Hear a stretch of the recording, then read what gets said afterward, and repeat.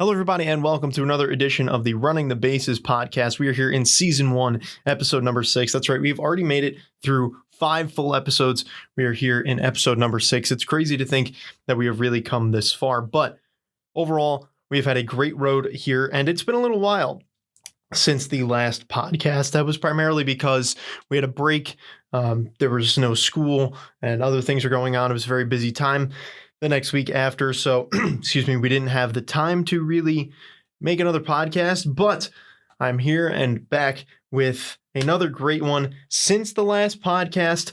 Well, that podcast that I last did was the day of the National League wildcard game. So a lot has gone on since then. It's been one crazy postseason, and I'm here. We've got another guest star. I'll let you introduce yourself. Okay, hi, I'm Ryan, and so a couple things to know about me. I'm a huge Royals fan, which probably makes you a little bit upset knowing that you're a Mets fan. And I think I chose the wrong day to wear this hat that I'm wearing. But love baseball. I've played it my whole life. I got recruited to play baseball. It's a lot of fun, and it's a great sport, national pastime, and by far the best sport in any major sports or any sport in the world. Well, I can't really argue with you there. I've been saying it my whole life. Baseball is better than any other sport. I can't complain. You know, there's nothing to talk about other than baseball is just amazing. And, you know, people will try and argue with me saying, you know, football, whatever. But, you know, me, I put my whole life into baseball, and it's something I focus on so much and I just put so much time into. But yeah, you know, Royals fans have a little bit of a, you know, they have a, I wouldn't want to call it a hole in my heart, but, you know, I mean, it's not the fans, it's more of the team. And, you know, I can't really kill you guys so much because, you know, you guys haven't been great in the last few years. But I will say that I do think the Royals are going to have a really good year next year. I think they're going to bounce back. I think because I noticed going through doing this podcast, having to get the highlights, I had to look at like every single score to see like who did what and try and find highlights. And I noticed that the Royals were either coming really close to beating every team they played or would beat them. Like they would put up a really good fight. And I was quite surprised by that. And they mentioned it on a Mets broadcast one day, was that typically if you're a team where you lose by 1 or 2 runs a lot during the year, there's a really good chance that if you add a few pieces that you'll turn into a great team. And I think the Royals had like 50 losses or something like that. That was within like 2 runs.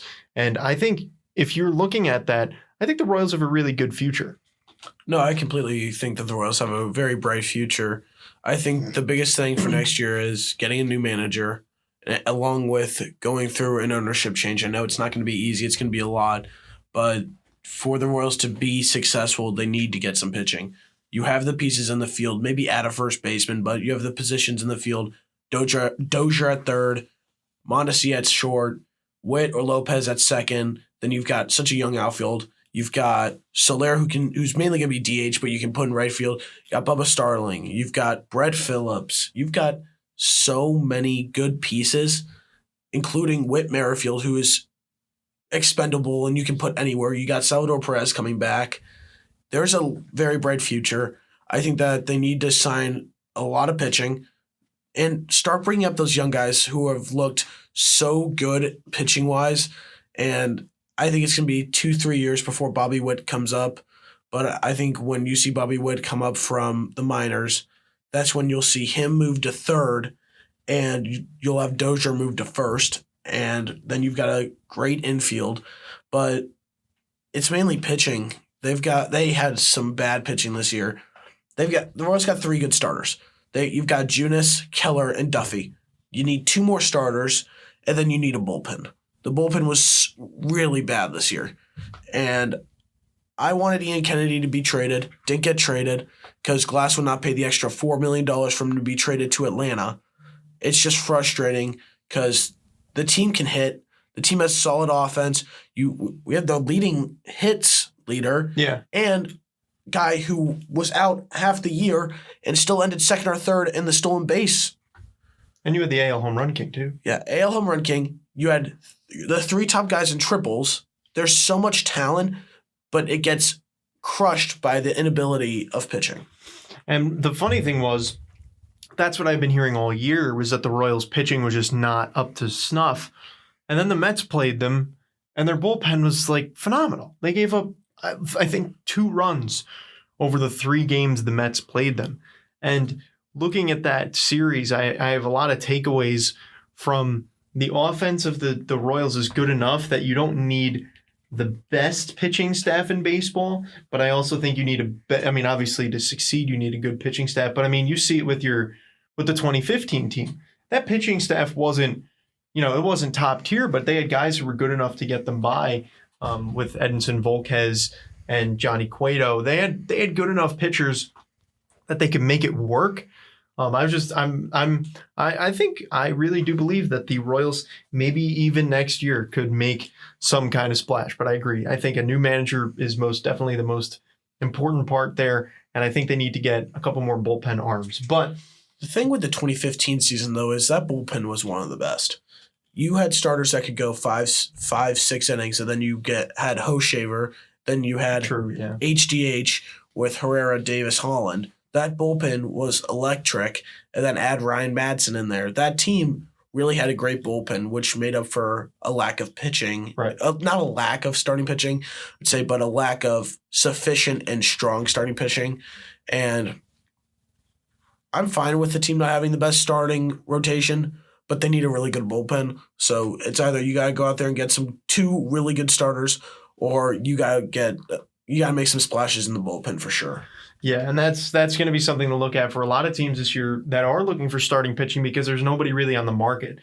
You've got really the best pitchers are looking for options, and they may take team options or they may opt out of their options, and that's going to be, I think, the biggest thing to look for, is to see if guys like Strasburg and Bumgarner actually aren't coming back, and if they don't, that's going to lead to a bidding war. But if they do, then the pitching market this offseason is going to be really terrible. And I think that's going to leave a lot of holes in a lot of teams.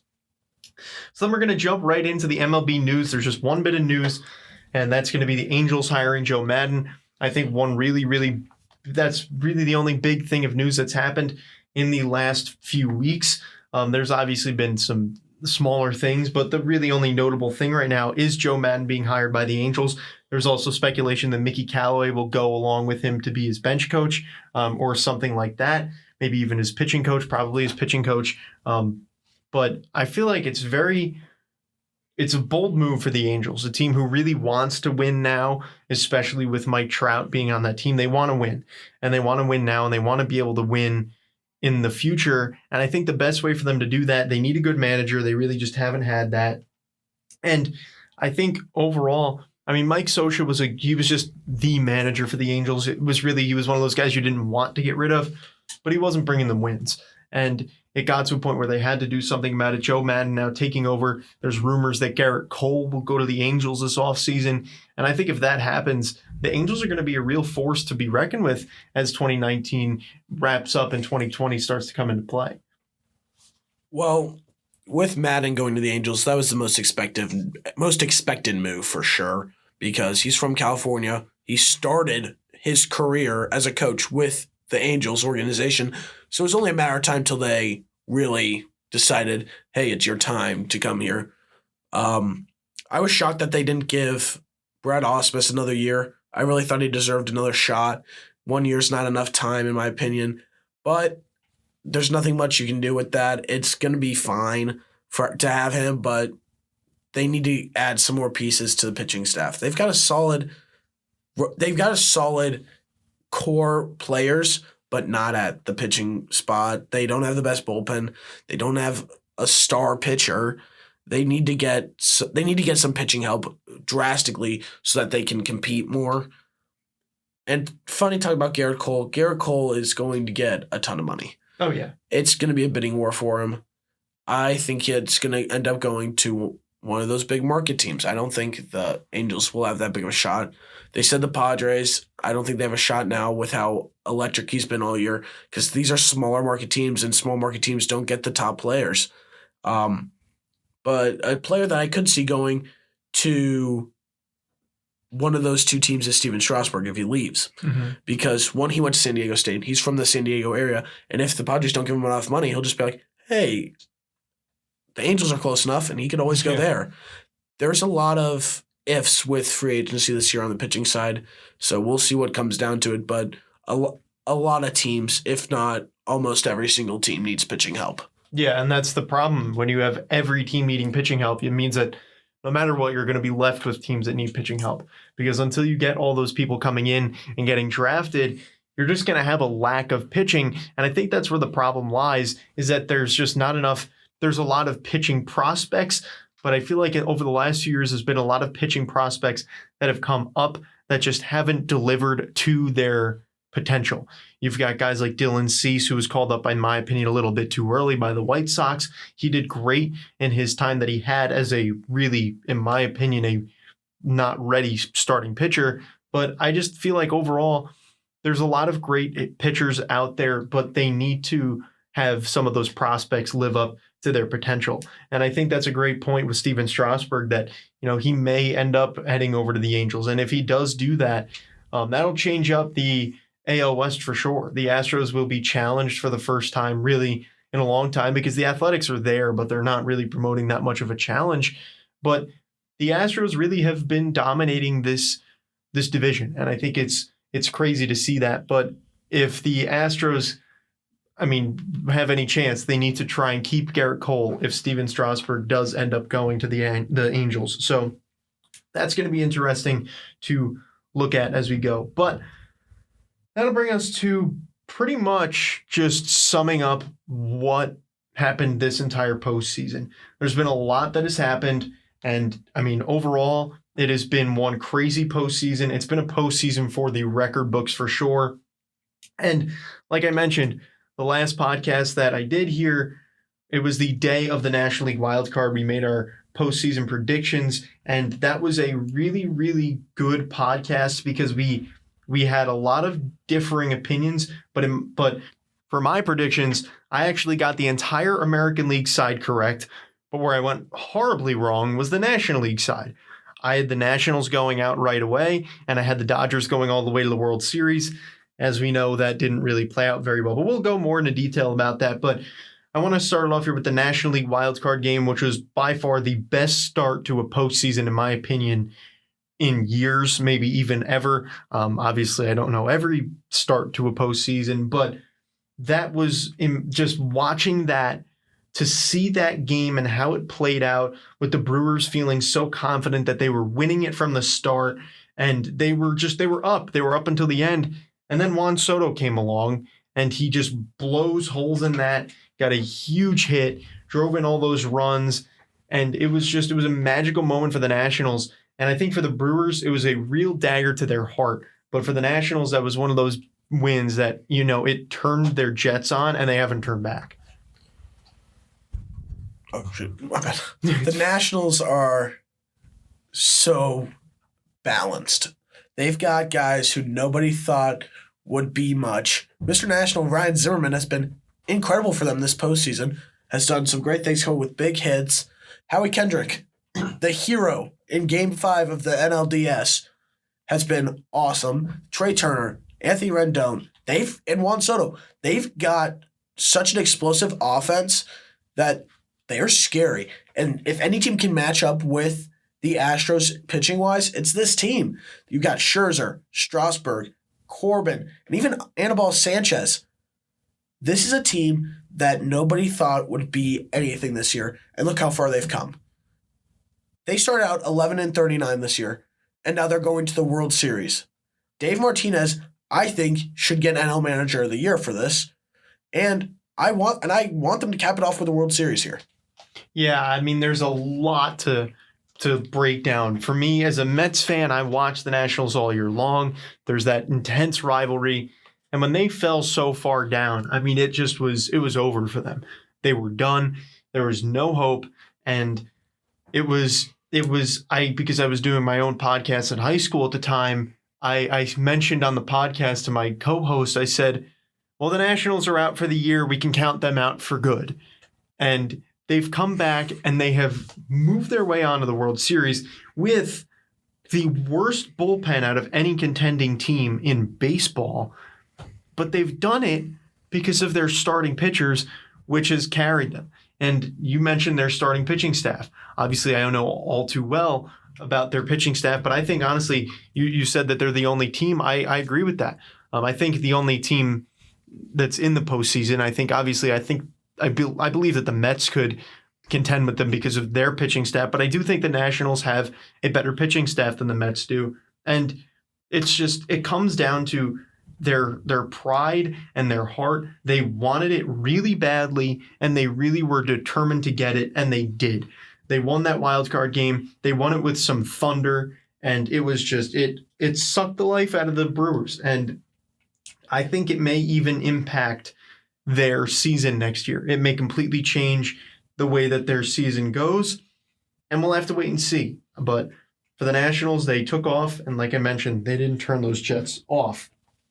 Then we moved over to the American League wild card the next day. That one was another one it was a fun game, but it was, for me, a very predictable game that I saw coming for a while. The Rays went on to win 5-1. They were blowing the Athletics out for quite some time. It was really a Yandy Diaz show. The guy in his first game back in a few months hit 2 home runs. I mean, that's almost unheard of in of itself. And the Athletics, a team with such a great offense, my guest on that show, Ray, said that he thought the A's were going to win it. And I said, I just don't think there's any chance, because the A's just weren't hitting going up to that game. The A's just weren't hitting at all. And to see them not hitting that game just wasn't a surprise to me. But the Rays, with that pitching staff and with that offense, they were unbeatable that day. I don't think it's just that the Rays were unbeatable that day. I think it was that Manaea looked really bad. I know that he was coming off the IL and all that, and really it was risky starting him in that game. But going into it, he was 4-0 with a 1.21 ERA. He was really good for them this season, but he gave up a career high in home runs, the shortest outing of his career in that game. And I think that just once that second home run was hit by Diaz, all the momentum was gone. It was all for the Rays, and the life was taken out of the Athletics, and it was over.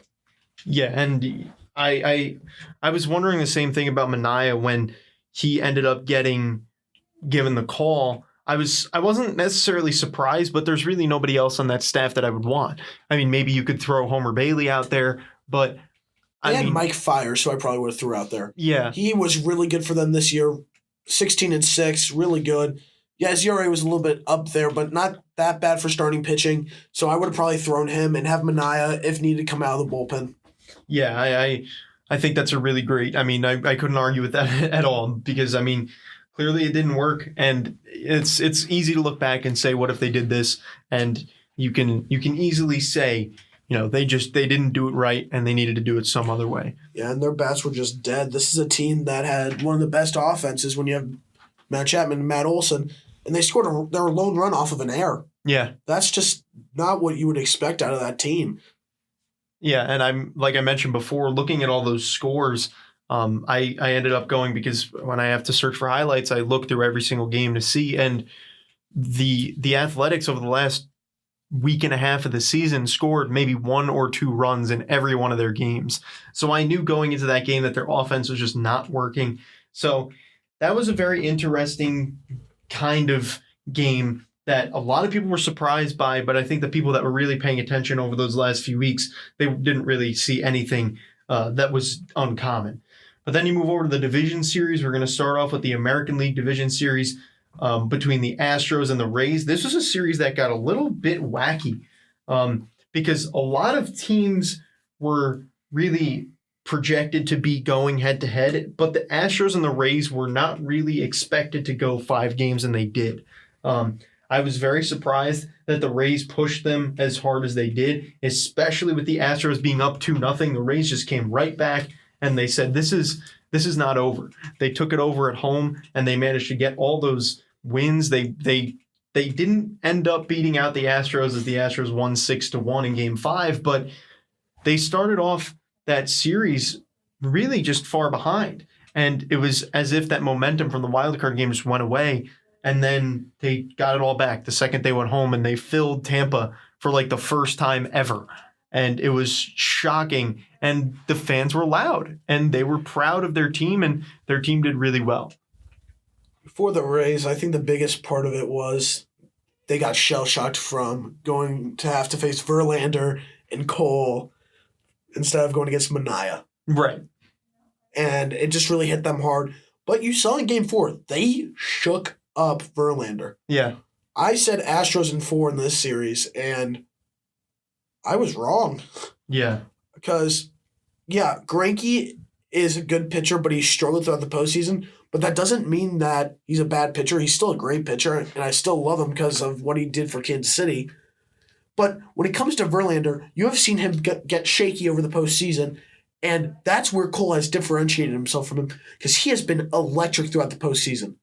He came up clutch in that Game 5, pitched a great game, and nothing stopped him throughout this season.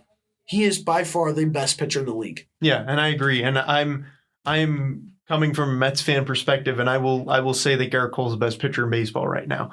And I said it before this postseason that DeGrom was the best, but I think the way that Cole has just shown this entire postseason, it's been magical to watch, and it's been seriously just so much fun to see how he's been able to play. But then we move over to the other ALDS, which is between the Twins and the Yankees. This one, well, there's really nothing to say other than the Yankees they kind of made the Twins look like a little league team. I mean, they didn't hit.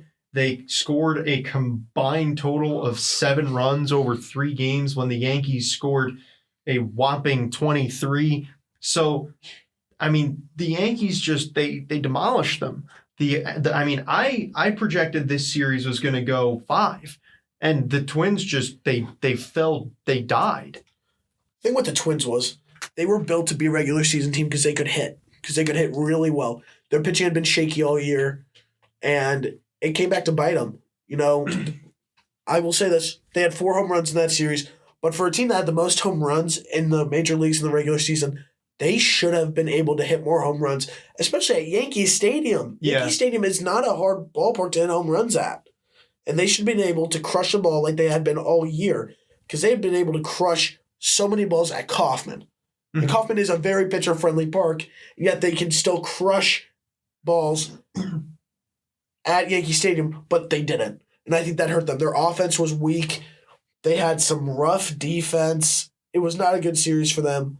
I said the Yankees were going to win this in 4, but they won it in 3 because the inability of the Twins pitching and just the ability to not get the offense really going.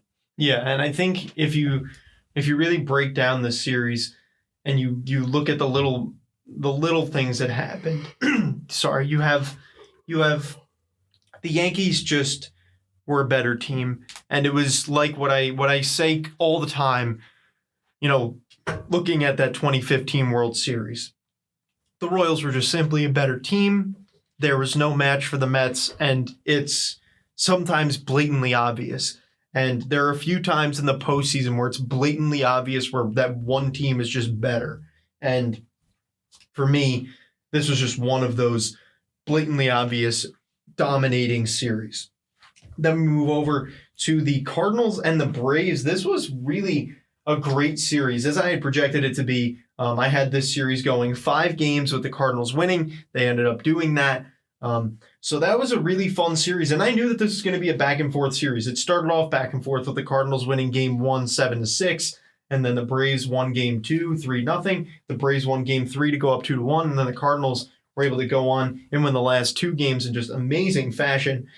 But I remember I was watching that Game 5 while it unfolded when the Cardinals scored 10 runs in the first.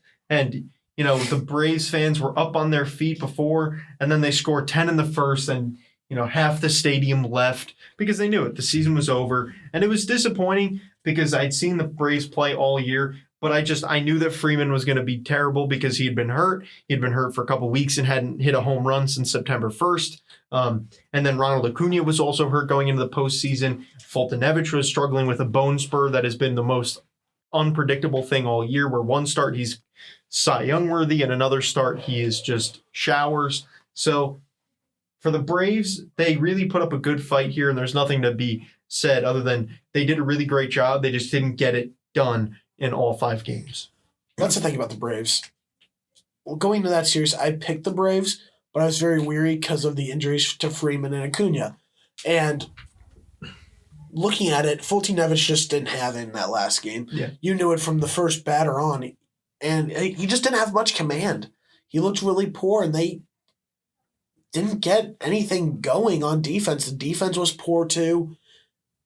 Give credit to the Cardinals. Their hitting was terrific, especially in Game 1, getting a huge win.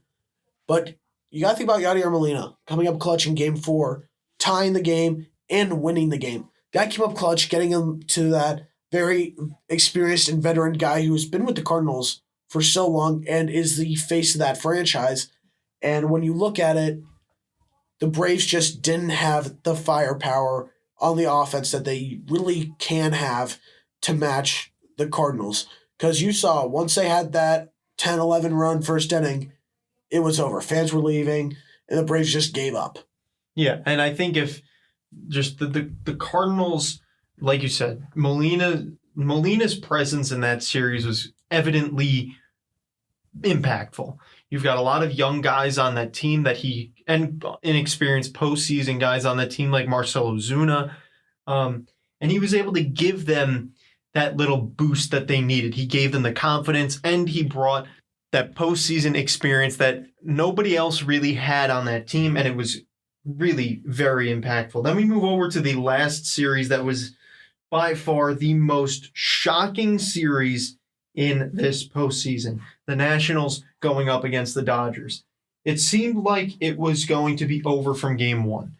6-0 Dodgers win. The Nationals' defense was terrible. Howie Kendrick, I think, made 3 errors in Game 1. It was just the Nationals, and I even said to one of my friends from back in New York, I said, the Nationals are clearly outmatched here, and their true colors are showing, and the Dodgers are exposing how not great they are.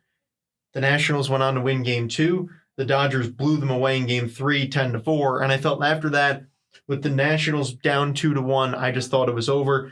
The Nationals ended up going on to win Game 4, and then 10 innings in Game 5, that just amazing Game 5 finish that went on to be so powerful with the grand slam from Howie Kendrick. I mean, Kendrick he's been their hero. I mean, he's become this town's hero for a team that didn't ever win a playoff series. To come back, get that win was just so amazing. Yeah, and I think the best thing about the series is that was the first playoff series that they won, just like you said. They did it without Bryce Harper, which I think is very funny because everybody, again, like I said, nobody thought they'd be anything. And look what they've done. I believe that Dave Roberts made a big mistake sticking with Kershaw for as long as he did. Yeah. I believe that he needed to definitely consider pulling him after that first inning. I would have definitely pulled him after that first home run. Oh, yeah. I wasn't going to keep him in. I know it's a lefty-on-lefty matchup, but still, I wasn't going to keep him in. I would have just been like, nope, you're done, just to save the lead. And then he shouldn't have kept Joe Kelly in. There's no doubt. Kelly should have been done. Yeah. And they could have brought in Adam Kolarek. They could have brought in Jansen. They have guys in that bullpen that they could have brought out. But no, they decided to go with Joe Kelly. And you saw he didn't have it at the beginning of the inning. Why didn't he get somebody going in the bullpen and bring in somebody? And I think that's why the Dodgers lost this game, is because the lack of attention and the lack of accountability that came into the pitching by Dave Roberts. And I think if you analyze, like I said, just analyzing the use of the bullpen for every team. If you look at the bullpen use for every team, you have to you'll find a few issues, and everyone's going to make mistakes. But I think for the Dodgers, I mean, I said it to someone this morning, I think that the Dodgers really were secretly not a great team. And you didn't know that because of the division they played in. They played in one of the worst divisions in baseball, where you've got the Giants, you've got the Diamondbacks, the Rockies, and the Padres, 4 teams who are just really non-existent in standings. You've got just a great hitting team on the Dodgers, but their pitching really wasn't tested because you had a lot of teams that didn't have heavy offenses in that NL West. And I think that's why the Dodgers seem to be the best team in the NL, because obviously they had the best record, but I think that was more due to the fact that they were not playing really impressive teams. And if they were, maybe the story would have been a little different. But the Dodgers went into this postseason heavy favorites to win, and they got so exposed by the Nationals. It was crazy watching that. And being a Mets fan, I hate watching the Nationals succeed. I hate watching them do well. And I really liked the way they played. They played very professionally. And I think them knocking down the Dodgers really shocked everybody. And probably it bust like 60% of people's brackets that weren't already broken. So it was an amazing end to the division series games, and it led us into the championship series that we'll just start off with the Nationals Cardinals because, well, again, nothing else to say here other than utter dominance. I mean, I didn't even have the ability to watch any of these games because I was out of town, but the Nationals just demolished the Cardinals. The Cardinals didn't even, to get swept in a 7-game series in 4 games is terrible. I mean, it doesn't happen. You won't see 4-game sweeps very often in the regular season. But when it happens in a postseason, it makes your team feel like a complete disaster.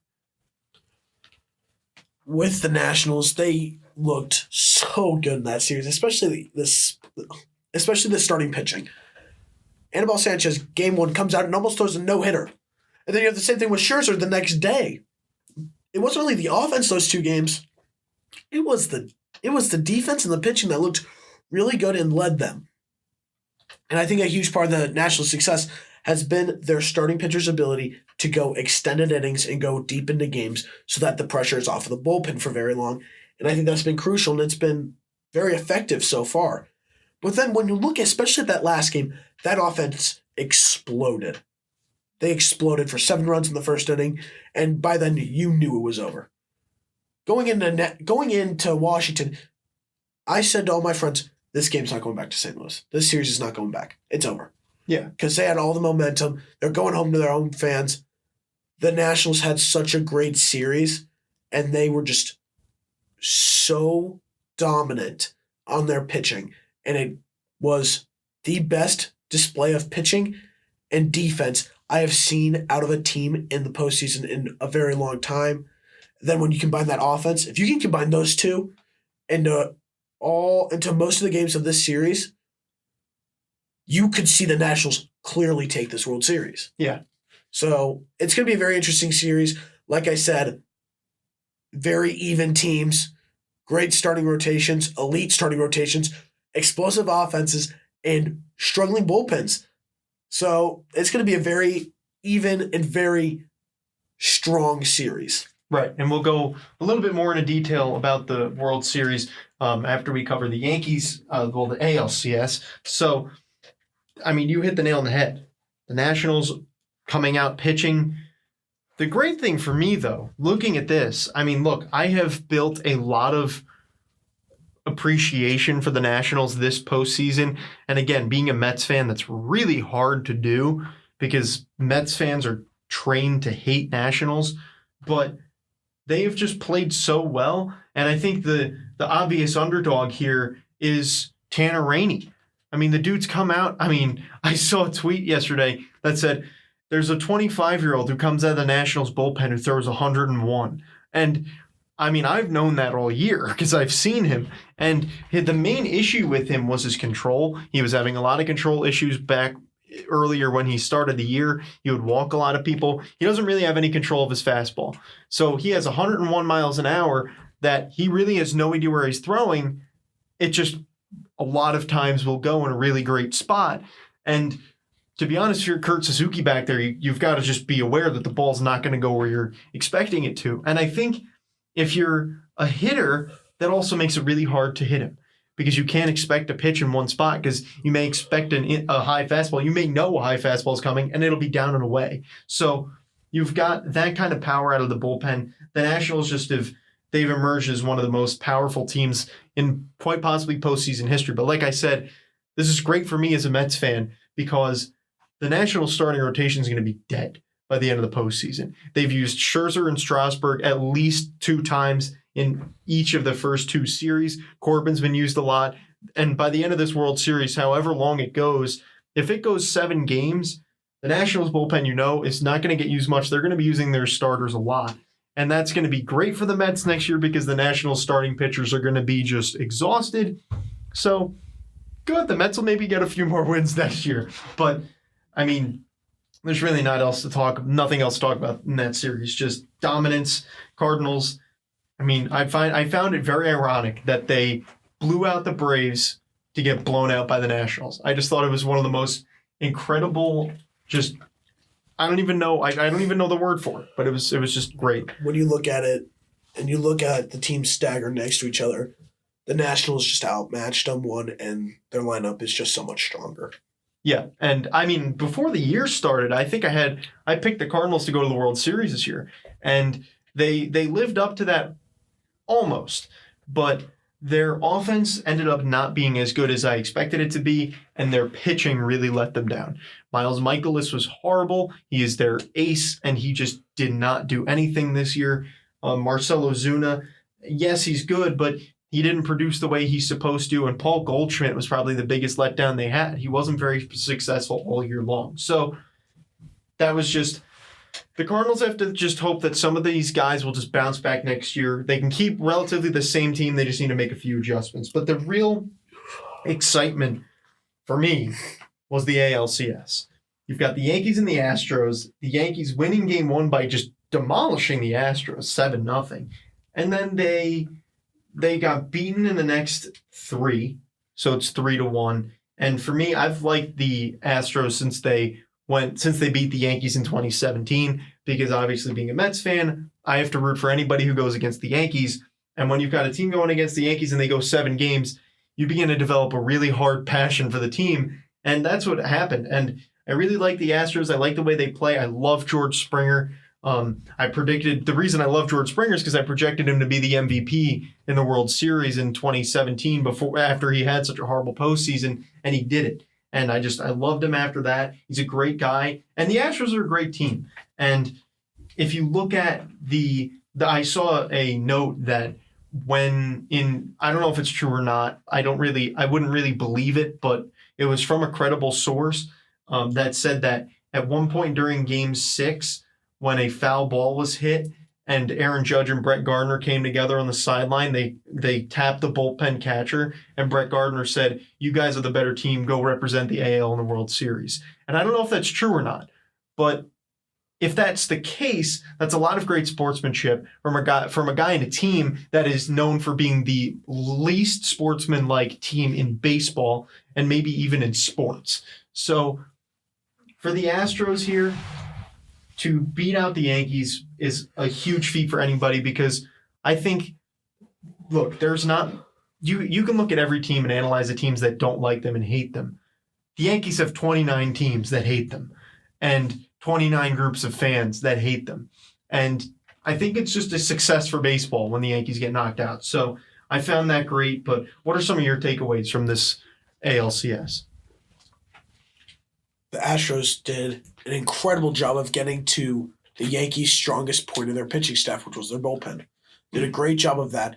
The key with beating the Yankees this whole year was to get to their starting pitching and get to them quick, because if you can't do that, you're not going to score, because their bullpen is so good with Chad Green, Britton, Betances, Chapman. They've got such a good bullpen, and you have to get to them quickly or you're not going to get to them at all. And the Astros did a great job of doing that. And they did a great job of getting to that bullpen. That's just been their strong suit all year. So that's a great job by them. Again, pitching was huge. Garrett Cole, phenomenal. Yeah, Greinke had a bad start Game 1, but the pitching came back to life, grouped back together, and they really did a great job. I find it funny how 2017 Game 7, it's Correa that hits the walk-off. Mm-hmm. But this year, Game 6, Altuve hits the walk-off to go to the World Series. It's funny how history can kind of repeat itself, but the Astros were by far clearly the better team, and they deserve to go to the World Series because they beat a team that was favored to go to the World Series against the Dodgers. And I know the Yankees had trouble with injuries, but that doesn't matter. They got some guys back, and it didn't really help, and the Astros took advantage of it, and they're going to represent the AL, and they have a great chance to win their second World Series in 3 years. And as you gave a little preview of the World Series preview before, that's what we are up to now. We are at the pinnacle of the baseball season. It's the World Series. 2019's World Series is shaping up to be, in what I'm looking at it can go one of two ways.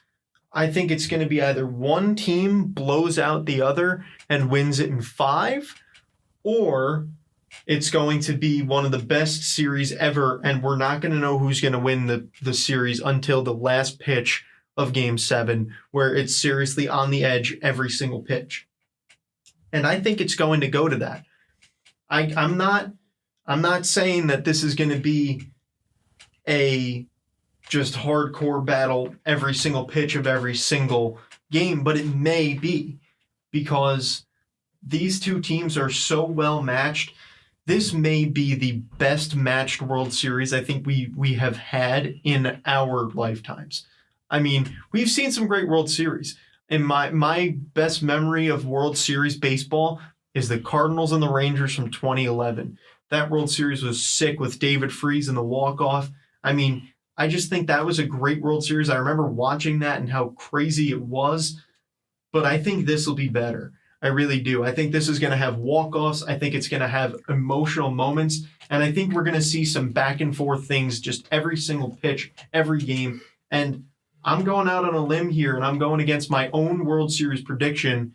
And I'm going to say that the Nationals are going to take this game in 7. I think that the Nationals have just played better this entire postseason than the Astros have. The Astros bats have been dead. Altuve hasn't really hit much. He's got 5 home runs, but he has not really hit at all. The only things he's done is just get those big hits. And look, the Astros have gotten big hits collectively. That's important, but you need to just hit when you don't need the big hits. You need to get up so that you don't need the big hits. So I think that the Nationals are going to take this one in 7. And to be honest, as a Mets fan, that wouldn't really kill me, which is strange because I never thought I'd say that. But I really don't think that would really be the end of the world. I agree. I'm taking the Nationals in 7. And there's a couple reasons why. One, this team is on a mission that I don't think anybody can stop them. They're a boulder going straight through a city, and there's no stopping them right now. This offense is still going to be dominant because they've got guys that you can barely pitch around. Look at Rendon. He's got the best eye I have ever seen. You won't be able to fool him. And plus, you've seen guys be shaky for the not for the Nationals. You've seen guys be shaky for the Astros. Greinke's been shaky, and so has Verlander at points. That hasn't been the case with Scherzer or Strasburg. They've been dominant. And then you've got Corbin, who's also been very solid. This pitching staff has not faded at all. They've been strong the whole way through, while the Nationals have had that constant uphill greatness of Cole. But remember, you also have them going back with Greinke and Verlander at points. So there's that. And a player to watch is Yordan Alvarez. Absolutely. Very much struggled in this ALCS. Rookie of the Year favorite, basically. And he struggled a lot. So he's one player to watch. Altuve has to hit more consistently. Mm-hmm. I agree with that. Springer, Correa, they've each got to hit more consistently. So I think that when you look at consistency with both teams' aspects on pitching and offense, the Nationals have it. Again, it's going to come down to how far each starter can go because both bullpens are shaky. So it could come down to bullpen play late in games where there's going to be potential walk-offs. Yeah. So it's going to be a great series, one that I'm going to thoroughly enjoy watching. But I'm ultimately taking the Nationals in 7. Well, agreement is obviously a great thing. But the question is now, I've got a little bit of a fun thing for you here that it's called Hurt Them or Help Them. And basically, I'm just going to ask you a series of questions, and you're just going to answer hurt them or help them, whether it'll help the team or hurt them. And it's kind of straightforward, but if you feel the need to explain any of your things, you can go ahead and you can do so. But we're going to kick it right off. Is it going to hurt them or help them that the Nationals are getting so many days off in between games? A little bit of both. So let me think. Mainly, I think it's going to help them for sure. I think it's going to help them because, like you said, they have used Scherzer and Strasburg 2+ times in each series. So that gets them rest and gets their arms ready for the series and all that. It gets the players rest and more time to really sink in the moment and enjoy it, and then get back to business and get back and just continually work to keep that consistency. So I think that's definitely going to help the Nationals. Yeah, and I can argue for both as well in a way, because if you can also think that it may hurt a little bit of their rhythm that they had. It may hurt their rhythm and momentum because they're on this high, and if they get a break, it could kill them. I agree. But ultimately, if I had to pick, it's probably going to help them more than hurt them. I agree. So the only thing is, like you said, if they lost that momentum, then I think all is lost for the Nationals. And I think the Astros on paper are a better team. So if the Nationals drop some of that momentum, I really think that this will end up being a bit of a Nationals fall off. But the next thing here, kind of similar, Astros having 2 days off. Will it hurt them or will it help them? In the beginning, I'm going to say, wow. It's a tough one. It really is. I'm going to say it's going to hurt them in the long run. I don't think it's going to hurt them game one because they have Garrett Cole, who's on full rest. Verlander's going to be good to go. But these guys need a break. These guys need time to relax and get ready and get their minds ready. And they're still on that high and on that momentum from the walk-off. But they had some strenuous, hard games against the Yankees, and they needed time to relax. Yeah, they got 2 days, but I don't think that's enough. It's going to hurt them, but I don't think it's going to have like a drastic impact on the team overall. Yeah, I completely agree with that. And the next one, you kind of answered it already, but the Astros winning Game 6 the way they did, will that help them or will that hurt them? Again, I'm going to say a little bit both, but mainly help them. I think that gives them a lot of momentum and a lot of high hopes, knowing that they beat the one-time World Series favorites and the ability to come up clutch. They've done a great job of getting those clutch hits. So I think that's going to help them ride that wave of momentum. I also think it's going to hurt them because it shows the Nationals that they're only coming up clutch when they need to and they're not being very consistent. It's showing inconsistency. So it could hurt them as well. But overall, I think it'll be more of a positive effect. That's a very interesting point that I didn't even think of, that the Nationals could look at it like that. But the next thing here, hurt them or help them, will the Nationals pitching rotation being overused be hurtful or helpful? You know, I don't think that's going to have an effect on them. So helpful because of the rest that they've gotten. Scherzer, Strasburg, Corbin, all those guys are in full rest now because of the break that they've had. So I don't think that's going to hurt them at all, knowing that they've got the most necessary rest. And I think that's where the Astros might get hurt a tiny bit because they only have really 3 strong starters, where if needed, the Nationals have a 4th in Anibal Sanchez. So I don't think it's going to hurt them. I think it'll help them. Very interesting. Then we move over to Zach Greinke, never being in such a high leverage situation before. Obviously, he's pitched with the Dodgers in the postseason, but he's never been in the World Series before. So will that hurt the Astros or will it help them? The thing is, you could say the same thing for the Nationals. This is true. So you could say that, but I'm talking more because of Greinke and his. He's been very shaky over the postseason. You're very correct there, and because of his social issues and his anxiety problems. Yeah. I think it will hurt him more because Greinke as a pitcher puts a lot of pressure on himself. Mm-hmm. He's very hard on himself. So if something does not go his way, he gets very upset, and it can affect the way he pitches. But the thing with Greinke is if he can stay relaxed and composed, he's a top pitcher in the league. But if he gets upset, which we know happens a lot, it's going to affect him negatively. So I think it's going to hurt him because with all of his mind games that he has, baseball's a very mental game. Mm-hmm. And I think that's going to definitely have an effect on him.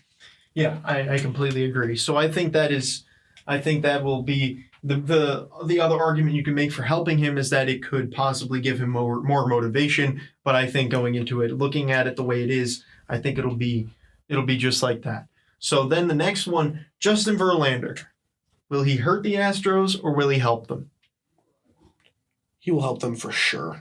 I don't think there's a doubt. Yeah, he's been shaky, but overall, he's been the second best pitcher in the league this year behind Garrett Cole. and he's arguably the Cy Young. Personally, I think it's Garrett Cole. I agree. But there is a case for Verlander. Verlander's a great pitcher, and there's nothing against him. I think he's been in this situation before with this team. He has the connection with this team, and that veteran leadership, I think it's definitely going to help him. So then the next thing I have here, the reason I'm asking this, I'll explain after, but the Astros having home field. The reason I ask this is because the Nationals have been able to play well really anywhere, and the question is, will the Nationals, who have a very powerful team, will they end up hitting even better at such a bandbox like Minute Maid is compared to Nationals Park? Yes, I do think it'll help them because this team has proved that they can hit anywhere and be such a great offense and such a great defensive team anywhere. Yeah, it helps the Astros because they have the momentum and they have the fans and they have all the excitement around them. But the Nationals can play anywhere. They're a team that isn't so far much better at home and weak on the road. They're not weak anywhere, and they've proved that this postseason. So it could hurt the Astros in the long run. Very interesting. That's, you know what, I feel like that's a question that a lot of people would just automatically say, of course it's going to help them, but that's a very great point. So the next one here is the Nationals bullpen. It has been shaky, but it has had a few bright spots. Doolittle's been surprisingly not crumbling under pressure. So will the Nationals bullpen help them or will it hurt them? That bullpen's been very shaky all year. But I think they'll help them because so far they have had the ability to not be used for long, strenuous times. I think that's definitely going to be a huge piece for them. If this starting rotation can go 6-7 innings, then this bullpen can definitely take on and finish the game with those 2 innings. So I think it'll help them, and I think they're fully rested, which helps. So I don't think the bullpen will hurt them. I think it'll help them knowing how far their pitchers can go into games, starting-wise, and their ability to be fully rested. Now, I'm going to actually take a different perspective on that. I'm going to think, I actually am going with that the Nationals bullpen's going to hurt them because I think that they don't really have anybody who you can throw in there and give you a guaranteed 3 outs. You really don't. They don't have anybody who's going to give you, no matter what, 1, 2, 3 innings. They have Daniel Hudson. He has been great out of their bullpen, but again, he has been shaky. So I think the best, honestly, obviously, it's a perfect situation if the Nationals starters will go 9, but I think that's the only way to prevent the Nationals bullpen from hurting them. And I'm not saying that it's going to cost them games. I'm just saying I think that their bullpen will end up giving up some runs, even if they have gotten a really great starting pitching. I still like Fernando Rodney, though. I agree. I think Rodney can be good. Tanner Rainey, I know he hasn't had perfect innings, but I still think that he can still be effective for them. Hunter Strickland has been really bad, but in the deep situations, you can probably throw him to get an out or 2. Mm-hmm. So it's not like this bullpen is completely incapable, but I know there's a lot of worries with them, but they can still get the job done. And it's the same way with the Astros bullpen as well. Right, that's true. So that brings me over to Roberto Osuna. Does he hurt the Astros or does he help them following what happened in Game 6, giving up the home run?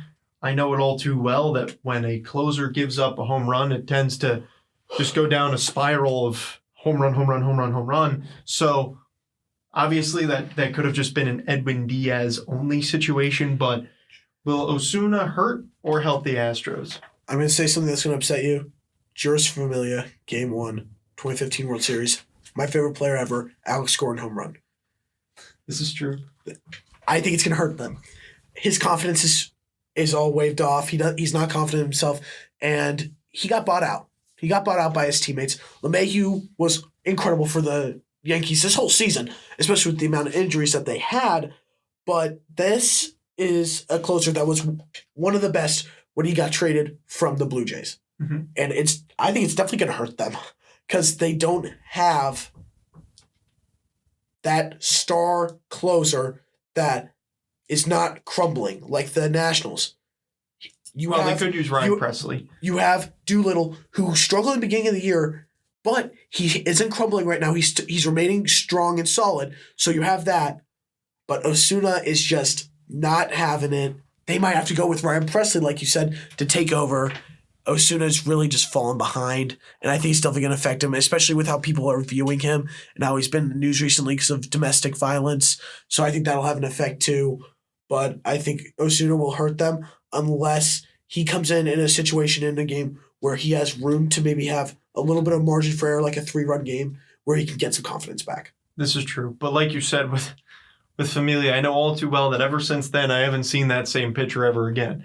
The dude has been one of the worst bullpen arms we've ever had for the last 4 years because of it. Cost us a wild card in 2016, and he's cost us numerous games since. So you have to look, if you look long-term on Osuna's career, how that may affect him.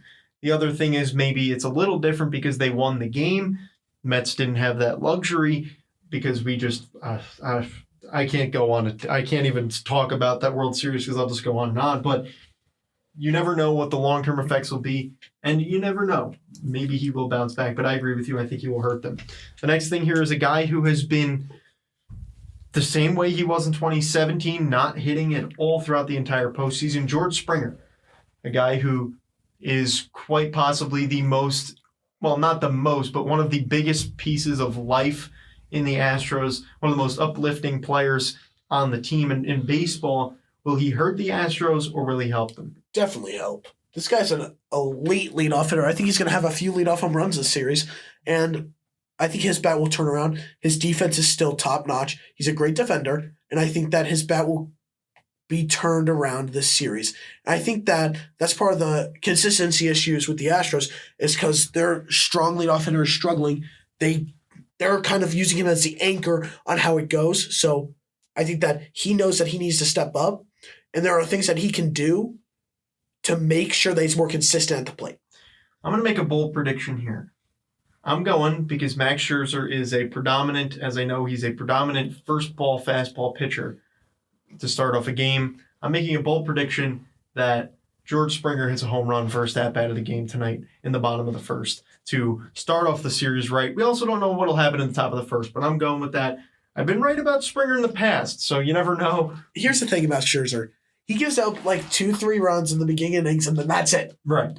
He gives them he like teases them with a little bit of hope, and then just shuts them right down. This is very, very true. He'll dangle that little bit of hope. He's like, yeah, no, I'll take that back. So that's true. That is a very true thing. But we talked about Anibal Sanchez already, but just really quick, you don't even need to explain it. Hurt him or help him, Anibal Sanchez? Help, for sure. Gives him that extra arm for sure, especially even if it's coming out of the bullpen, gives him an extra arm, so for sure help. That's very, very good. The next thing here is a little interesting that I don't think many people will think about. There's 3 left. The weather in D.C., how will it affect both teams? Because it's going to be cold. The Astros aren't really used to that. How will it affect obviously it'll help the Nationals, but how will it help? Will it help or will it hurt the Astros?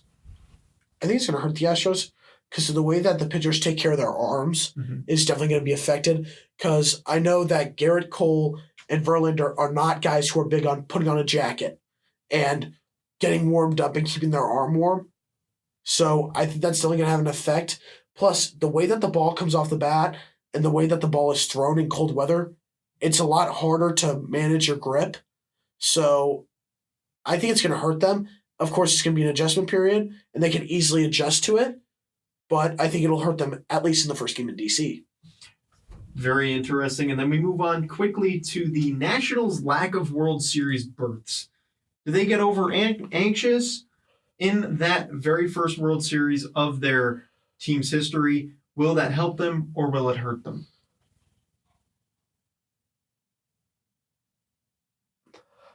Very interesting. I will say this. They will be anxious. They will be excited. They will be pumped up, especially when they go home. But once the game starts, you know Dave Martinez and you know that team will be so laser focused on getting the win and going out there and finishing what they've started.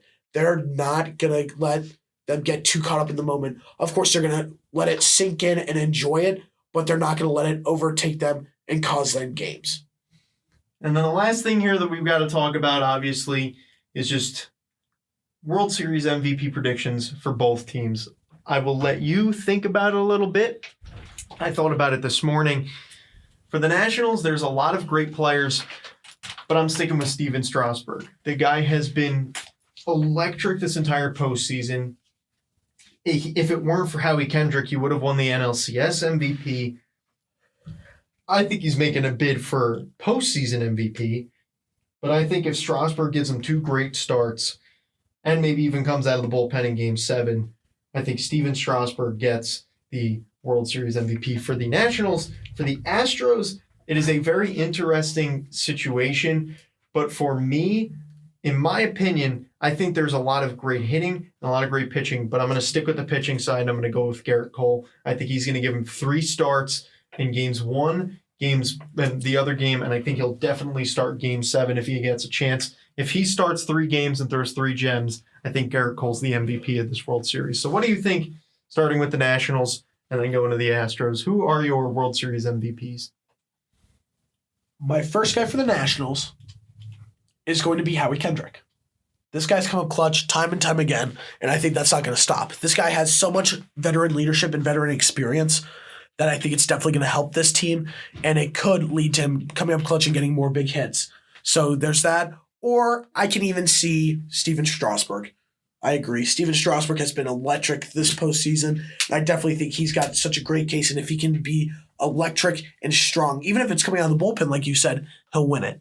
I also think that really quick, I also think that if Ryan Zimmerman comes up and has a few big hits, let's say he pinch hits like 3 times and hits 3 home runs, he could also very well be the MVP. But I think he'd have to start a game or 2 if he were to get that. I can see Ryan Zimmerman winning it. Mr. National, I can see him definitely winning it. He's just going to have to come in and be effective like he has the whole postseason. So that's very possible. For the Astros, there's 2 guys I'm thinking. Pitching side, I agree. It's definitely going to be Garrett Cole. Guy's been outstanding the whole postseason. If he can pitch 3 gems and get them that World Series, it's definitely his.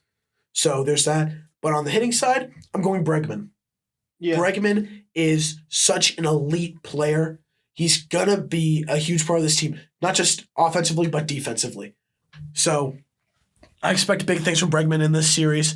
I expect him to be the leader for this team going forward in the World Series. Yeah, I have to agree with that. If I had to pick a hitter for both, I would have to go with Bregman, and I also have to go with Trey Turner for the Nationals. I think Turner's a underrated player. So the World Series is going to be great.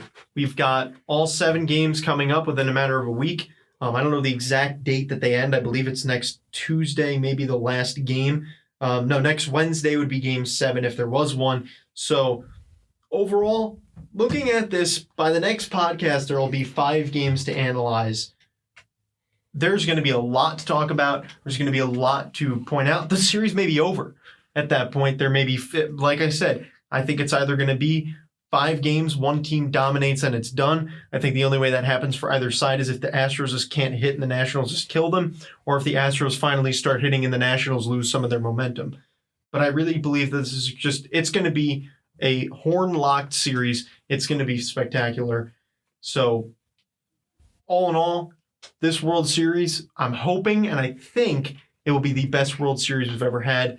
And if it is, we're going to be in for a real treat. So that'll do it for this episode of the Running the Bases podcast. A very big thank you to you, Ryan. You were great. It was awesome having you here. Thank you very much. Having a Royals fan here it's interesting for me, obviously, with our past, but I think either way, it is fun to have you here, and hopefully we'll have you back on future podcasts. I know you wanted to talk about the award predictions, so maybe when I end up doing that, I will have you on for that.